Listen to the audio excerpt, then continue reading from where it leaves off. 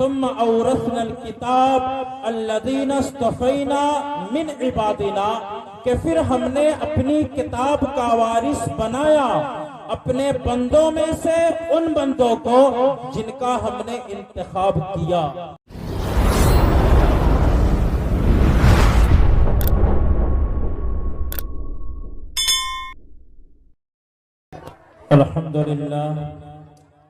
الحمد للہ رب العالمین، والصلاة والسلام على سید الانبیاء والمرسلین وعلى آلہ وصحبہ اجمعین، اما بعد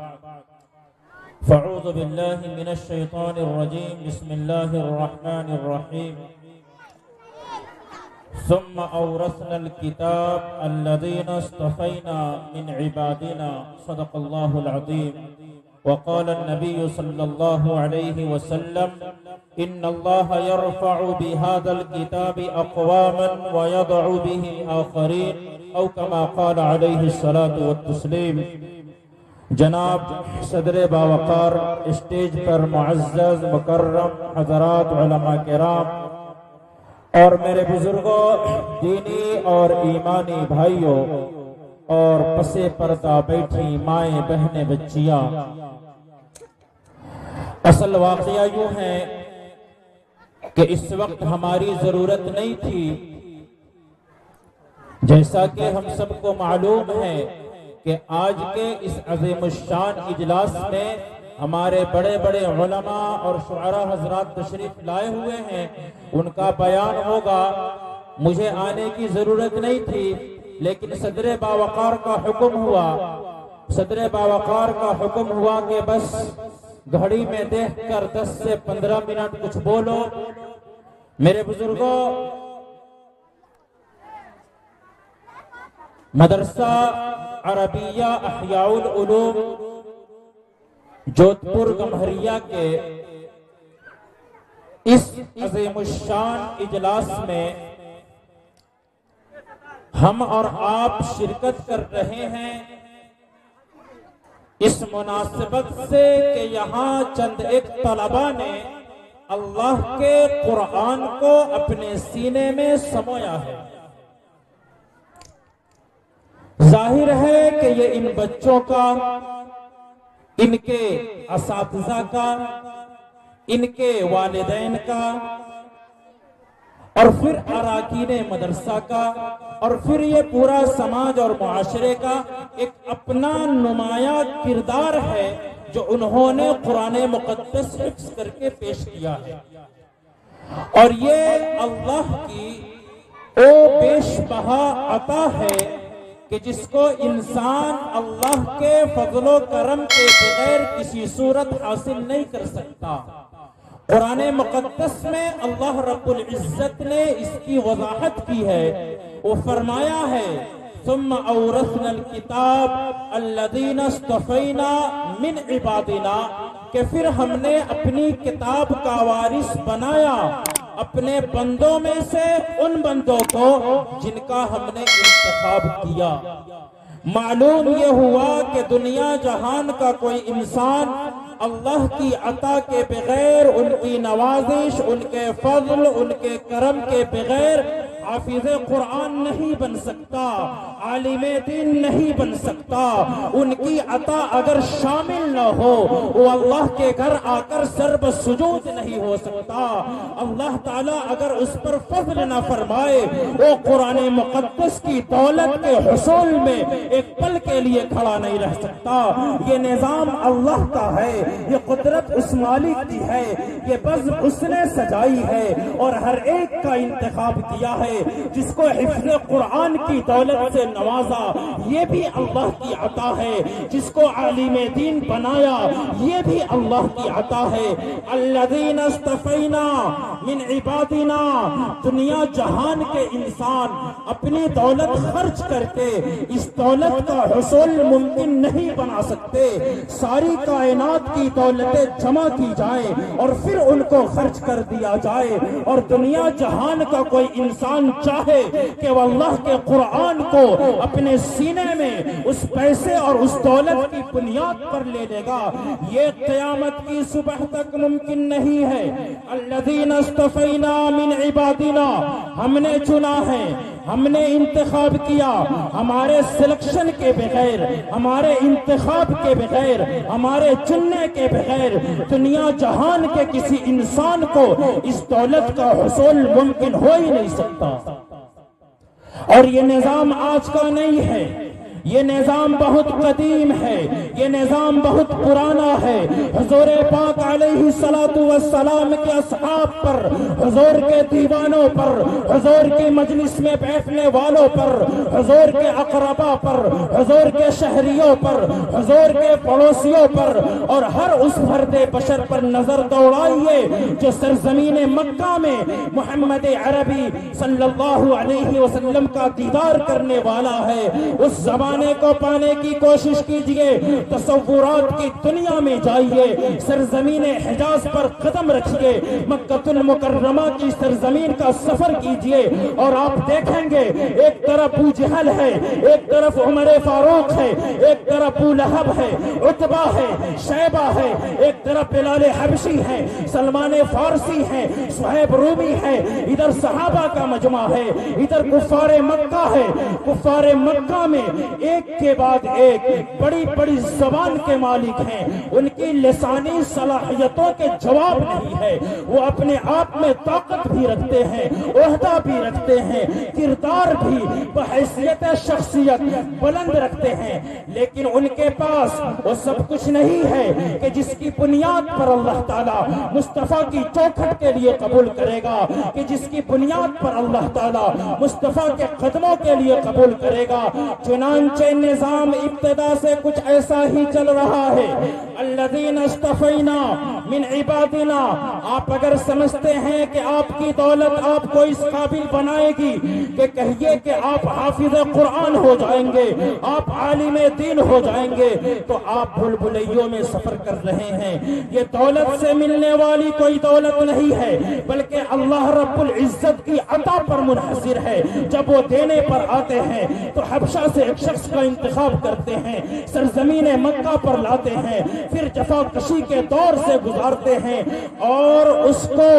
ان تلخ ایام سے گزارا جاتا ہے۔ ایسی تلخ یادیں ان کے ساتھ جوڑ دی جاتی ہے۔ یہ وہی بلال حبشی ہیں جو مکہ کی سرزمین کے باشندے نہیں ہیں، ان کا خاندانی بیک گراؤنڈ کوئی نہیں ہے، ان کا خاندان یہاں نہیں ہے، دولت نہیں، پیسہ نہیں، خاندان نہیں، قبیلہ نہیں، مال و ملال نہیں، موٹے موٹے ہونٹ ہیں، کالا سیاہ جسم ہے، لیکن اللہ کہہ چکا ہے الذین اصطفینا من عبادنا، بلال کو ہم نے چنا۔ جی ہاں، ہم نے رد کیا تو ہم نے ابو جہل کو رد کیا، عمر بن خطاب کا انتخاب کیا، ابو لہب کا رد کیا، عتبہ کا رد کیا، شیبہ کا رد کیا۔ جب ہم رد کرنے پر آئے ہیں، جب ریجیکٹ کرنے پر آئے ہیں، ان تمام کو کیا ہے۔ یہ محمد عربی کے خاندانی ہے، مکہ کی سرزمین کے افراد ہیں،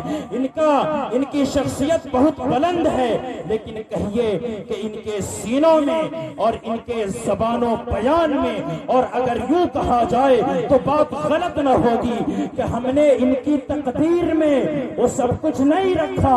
جو کچھ بلال کی تقدیر میں رکھا گیا۔ چنانچہ انتخاب کیا گیا تو سرزمین حبشہ سے ایک شخص کو اٹھا کے مکے بھیجا گیا، پھر اس نے غلامی کے ایام گزارے، پھر دن گزرتے گئے، اور پھر حضرت ابو بکر رضی اللہ تعالی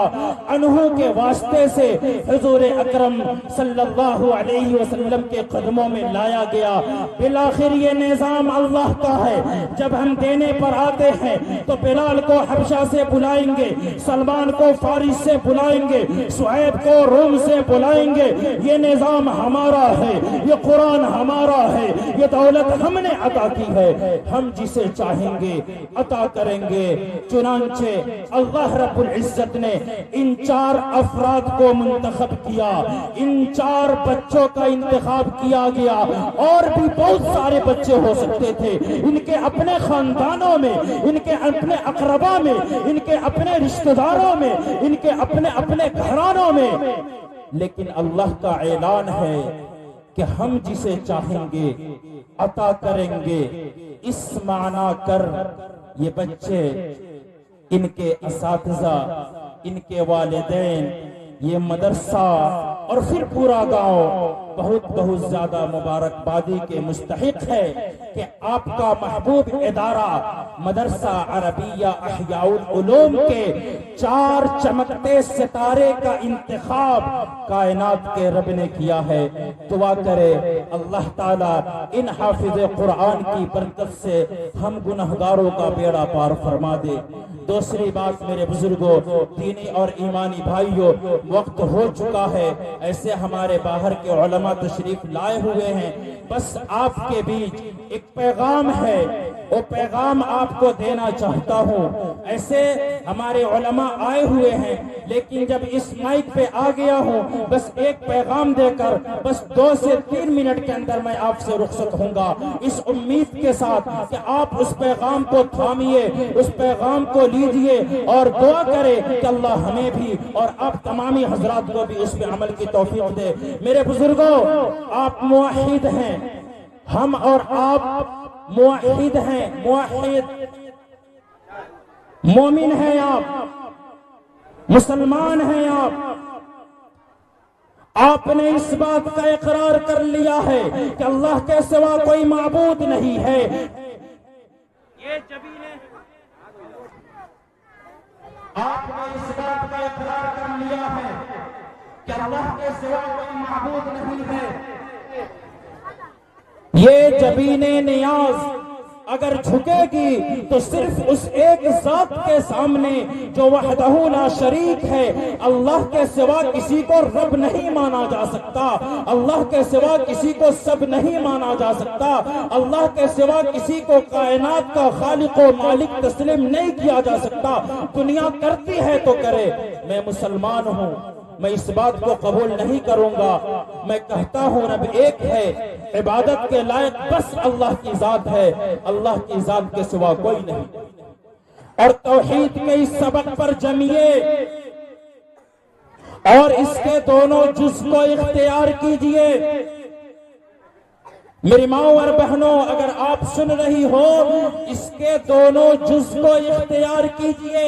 ٹھیک اس طرح کہ آپ کہیں لا الہ الا اللہ محمد رسول اللہ، اور آپ کہیں اشہد ان لا الہ الا اللہ واشہد ان محمدا عبدہ ورسولہ، آپ کہیں کہ میں گواہی دیتا ہوں کہ اللہ کے سوا کوئی معبود نہیں ہے، اور آپ کہیں کہ میں گواہی دیتا ہوں کہ محمد الرسول اللہ صلی اللہ علیہ وسلم اللہ کے آخری اور سچے نبی ہیں۔ آپ نے جب اس کا اقرار کر لیا ہے تو اب توحید پر جم جائیے۔ طاقت کسی کی ہو، حکومت کسی کی ہو، حالات کیسے بھی ہو، مشکل ہو یا آسان، مساعد ہو یا نامساعد، آپ کے خلاف ماحول تیار کیا گیا ہو، آپ کے موافق ماحول تیار کیا گیا ہو، حکومت کسی کی ہو، ایجنڈا کوئی بھی چل رہا ہو، دنیا جہان کی طاقتیں آپ کو ڈرا رہی ہو، ایک لمحے کے لیے آپ کے پائے ثبات میں کوئی تزلزل واقع نہیں ہونا چاہیے۔ ایک لمحے کے لیے آپ یہ تسلیم نہ کریں کہ اللہ کے سوا کوئی اور ہے۔ نہیں نہیں نہیں، کوئی نہیں، بس اللہ ہے، اللہ کے سوا کوئی نہیں۔ اس وقت کا سب سے بڑا مسئلہ، اس وقت کا بنیادی سبق یہی ہے، اور اس اسٹیج سے آپ کو یہ پیغام دیا جا رہا ہے کہ اس وقت آپ ایمان بچائیے، ایمان بچائیے، اس پر ڈٹیے، شدت اپنائیے، اس پر جمود اختیار کیجئے، دنیا جہان کی نظر میں بیکورڈ بن جائیے، دنیا جہان کی نظر میں پچھڑے ہوئے بن جائیے، دنیا جہان کی نظروں میں ان پڑھ گوار بن جائیے، جاہل بن جائیے۔ دنیا اگر توحید کے اپنانے پر جاہل کہتی ہے تو جاہل صحیح ہے، دنیا اگر توحید کے اپنانے پر ان پڑھ کہتی ہے تو ان پڑھ صحیح ہے، دنیا اگر توحید کے اپنانے پر گوار کہتی ہے تو گوار صحیح ہے۔ او اللہ کے بندو، ایسی شہریت، ایسی تعلیم اور ایسا علم ہمیں نہیں چاہیے، اور کسی صورت منظور نہیں ہے کہ جس علم کے اپنانے میں اللہ پر لایا ہوا ایمان دینا پڑتا، نہیں، کسی صورت نہیں۔ یہ بیٹیاں ایمان کی دہلیز چھوڑ کر کفر کی زمین قبول کر رہی ہیں، یوں ہی اس کو ہم کیا سمجھ رہے؟ نہیں، ہم نے ہلکا سمجھا مذہب اسلام کو، ہم نے ہلکا سمجھا توحید کو، اللہ کی ذات کو، رسول پاک کی ذات کو، مصطفیٰ کے نظام کو، نظام امن و سلامتی اور شانتی کو ہم نے ہلکا سمجھا۔ ہم نے مذہب اسلام میں خامیاں ڈھونڈی، اللہ نے اعلان کر دیا انلزمکموہا وانتم لہا کارہون کہ اگر ہماری ہدایت میں تمہیں دلچسپی نہیں ہے تو پھر ہم تمہارے اوپر زبردستی نہیں ڈالیں گے کہ تم بھاگو، انحراف کرو اور ہم تمہارے اوپر زبردستی ڈال دیں۔ نہیں نہیں، اگر تم بھاگتے ہو، تم ہٹتے ہو، تم بچتے ہو، تم چھوڑتے ہو، وَإِن تَتَوَلَّوْا يَسْتَبْدِلْ قَوْمًا غَيْرَكُمْ ثُمَّ لَا يَكُونُوا أَمْثَالَكُمْ، پھر ہم تمہاری جگہ کسی اور کو لائیں گے اور ایسا لائیں گے کہ تمہارے جیسا نہیں ہوگا۔ یہی ہو رہا ہے۔ انگلینڈ